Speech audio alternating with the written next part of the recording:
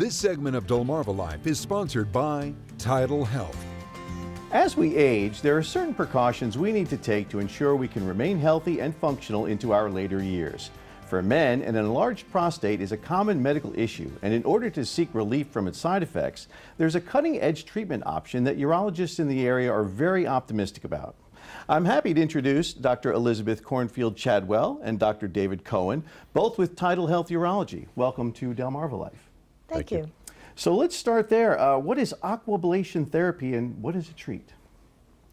Well, aquablation is a procedure that uses new technology to remove tissue from the prostate in order to help men urinate better with a better stream.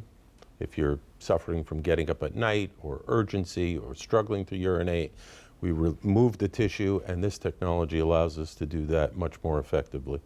Can you describe the procedure and how it works? Sure. I have a small model here that might visualize a little bit better. The prostate grows as men age. There's very little you could do to stop that. And as it grows, it blocks the channel for the outlet of urine.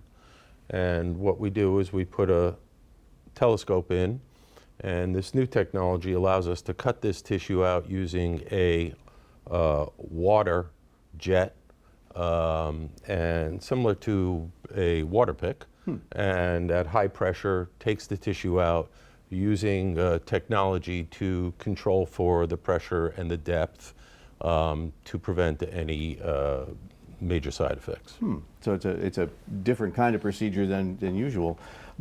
How is it different from those other treatments for benign prostatic hyperplasia or BPH? So for a long time, the main procedures for this, or the kind of the biggest operation that's done, is a transurethral resection of the prostate, which uses cautery, which uses energy to basically remove tissue around the urethra. Because as we were talking about, the problem is that as the prostate grows, it sort of squashes the urethra and makes it harder to pee. So the traditional procedure that's been around for a very long time is to remove all that tissue. So there are some newer iterations of that, but all of those procedures that remove tissue involve using some kind of energy that has transmission through the tissue.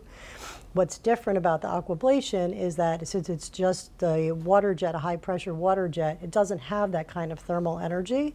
So there's less potential for there to be damage outside of the tissue that you're actually removing. The other thing that's different about this versus all of the other technologies that have existed up to this point is that it's customizable for the individual patient. So this is used also with ultrasound control.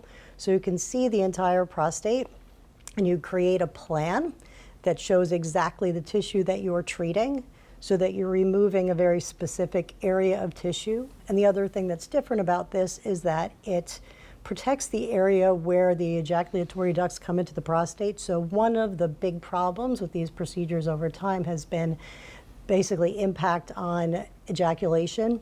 So with this, with aquablation, we can spare the area where those areas are within the prostate. So the potential for having problems with dry ejaculation or retrograde ejaculation is basically very, very, very low, as opposed to that happening pretty commonly with any of the other procedures that are done. It's amazing. I mean, you can get real specific where you're applying it. Exactly. How does someone know if they are, if they're able to be a candidate for the procedure? So there are a lot of different tests that we do in the office that we'll kind of talk about. So a lot of this has to do with the size of the prostate, the shape of the prostate, and what the urine flow is like. So most commonly, what we would do is do some sort of evaluation of the overall size of the prostate. It can be done a couple different ways.